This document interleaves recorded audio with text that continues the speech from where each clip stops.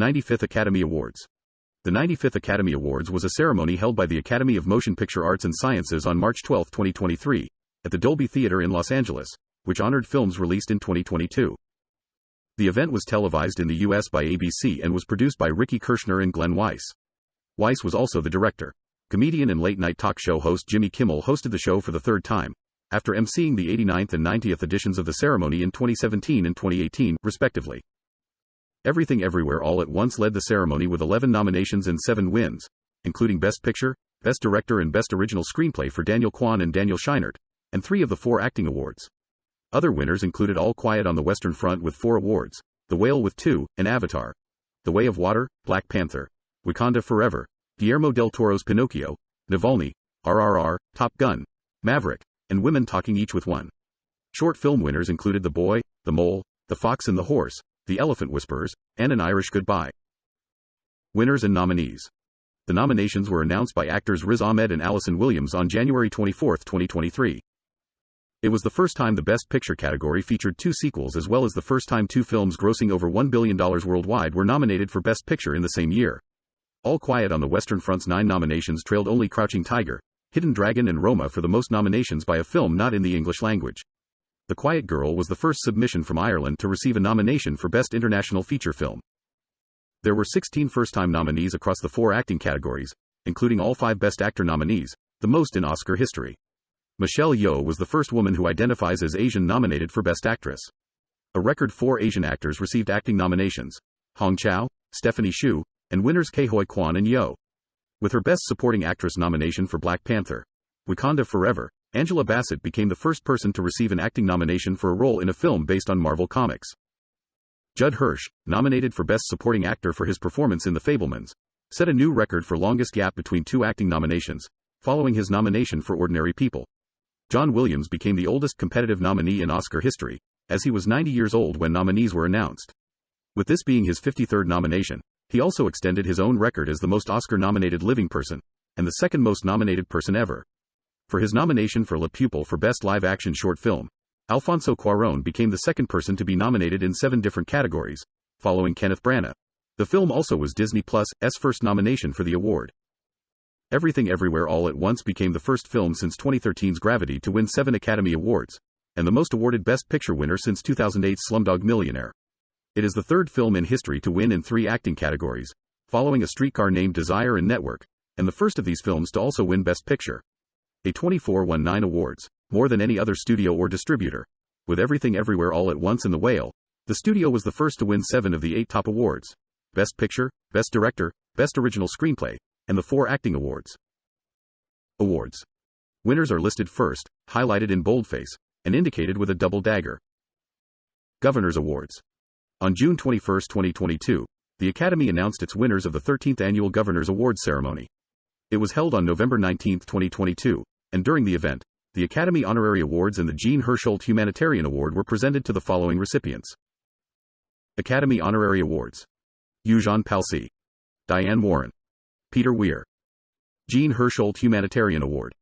Michael J. Fox. Films with multiple nominations and awards. Presenters and performers. The following presented awards and performed musical numbers. Ceremony information.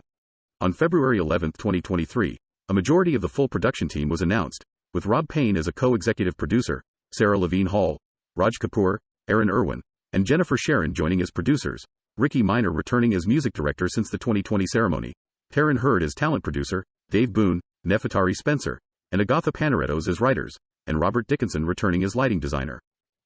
For the Best Original Song performance of This Is a Life, from Everything Everywhere All at Once, Japanese singer Mitski, who performs the song in the film with David Byrne, was unavailable to perform it at the ceremony, with Stephanie Hsu taking her place.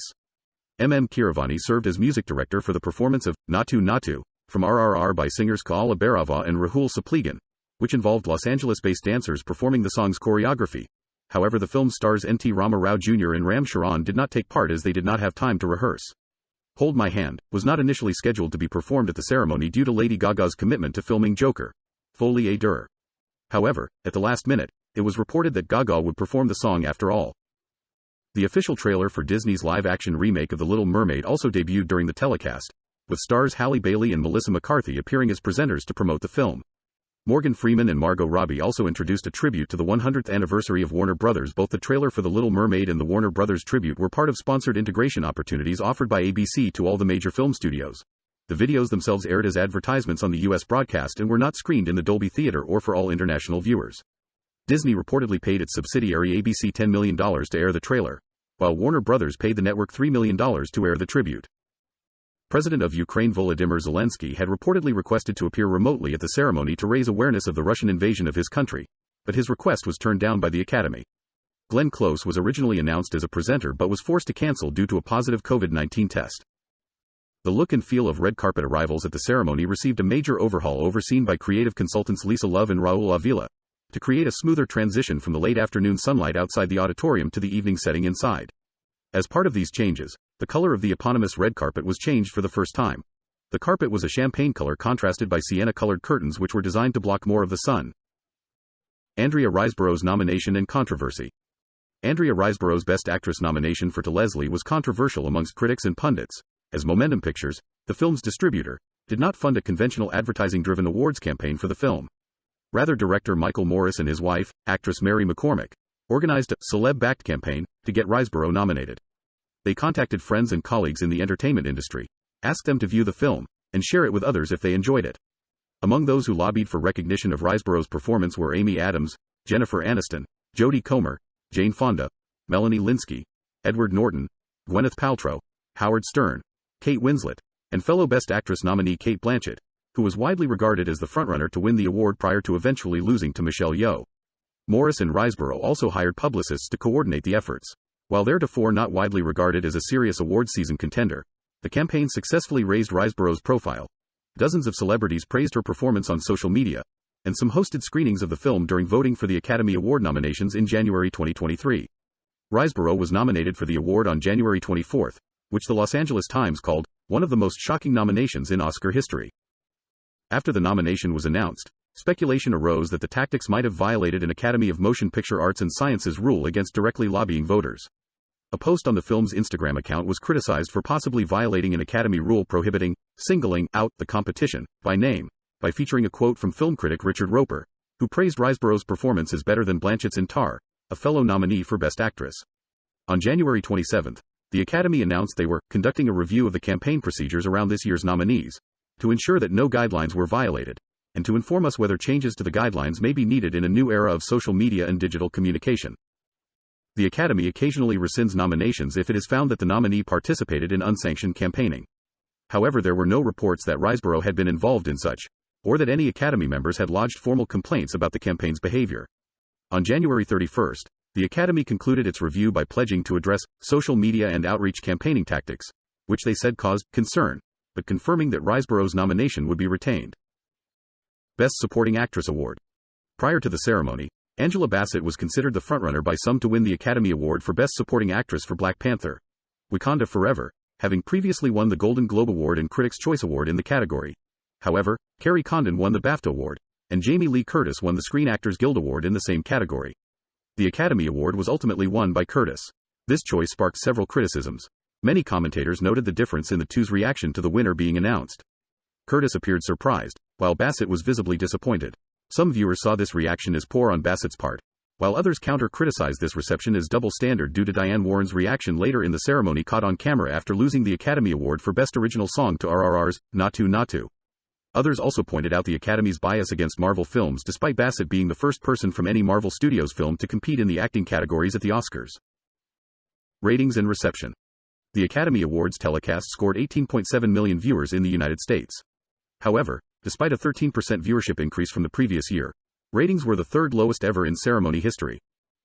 Cannes Film Festival president Thierry Frémaux was happy with the results but felt mixed about the Best Picture win for Everything Everywhere All at Once, comparing it to when Parasite won the same award at the 2020 ceremony, saying, "I thought the ceremony was very good and I was happy to see Michelle Yeoh rewarded. And disappointed that Steven Spielberg wasn't, because his film is a love letter to cinema. I don't understand either why Triangle of Sadness can't vie for the Academy Award for Best International Feature Film, even if it's in English. How can a non-American film win the Oscar for Best Film since it's a ceremony in honor of American cinema? Parasite won, it's great, but it's a Korean film. The Oscar for Best Film must go to an American film, like the César Award for Best Film goes to a French film and the Goya goes to a Spanish film." In Memoriam.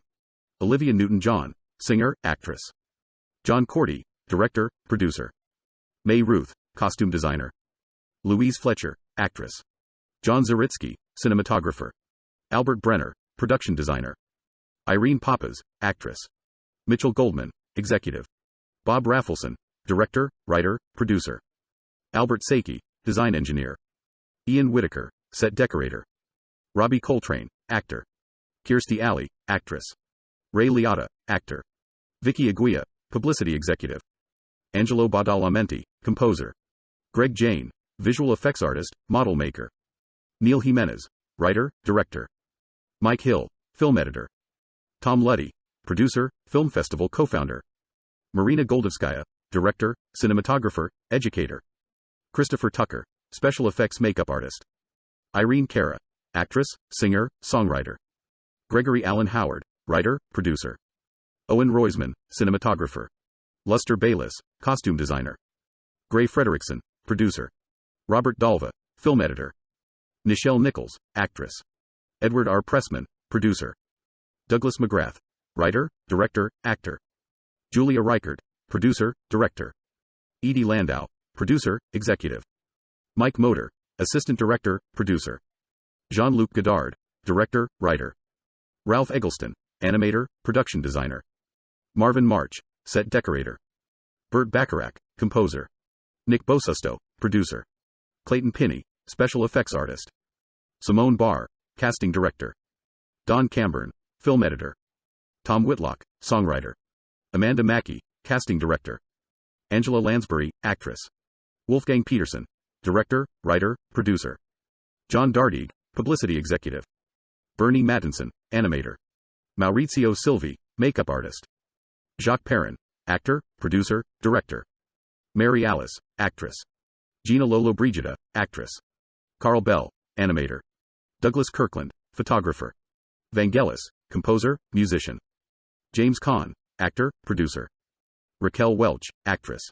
Walter Mirisch, producer, former president of the Academy. Omissions. Deadline Hollywood noted that Charlby Dean, Anne Hesh, Tom Sizemore, Paul Sorvino, and Chaim Topol were not included in the televised segment. The Academy stated before the ceremony that it would honor more than 200 filmmakers, artists, and executives in its digital magazine A-Frame. The segment ended with a URL being shown on screen linking to tributes to other people not included in the tribute. As in past years, individuals who died close to the time of broadcast could not be included as the montage had already been created. Actors Pat Carroll, Melinda Dillon, Gilbert Gottfried, Philip Baker Hall, Bob McGrath, Tony Sirico, Jean-Louis Trintignant, David Warner and Cindy Williams, and directors Mike Hodges and Hugh Hudson were also not included. Another notable omission was actor Robert Blake, who died 3 days before the ceremony on March 9. Kimmel joked before the segment on whether or not Blake would be included in the In Memoriam montage, stating, "Everybody please get out your phones, it is time to vote, even at home. If you think Robert Blake should be included in the In Memoriam montage, text, Gimme a Blake, to the number on your screen or any number." The joke was in reference to Blake's arrest in 2002 on charges of murdering his then-wife Bonnie Lee Backley, for which he was acquitted of but found liable in a California civil court for her wrongful death claim. The joke was criticized by Blake's son, Noah, who called the entire segment botched and bungled, and the joke, so-so, and said that Kimmel didn't even seem to feel comfortable making it.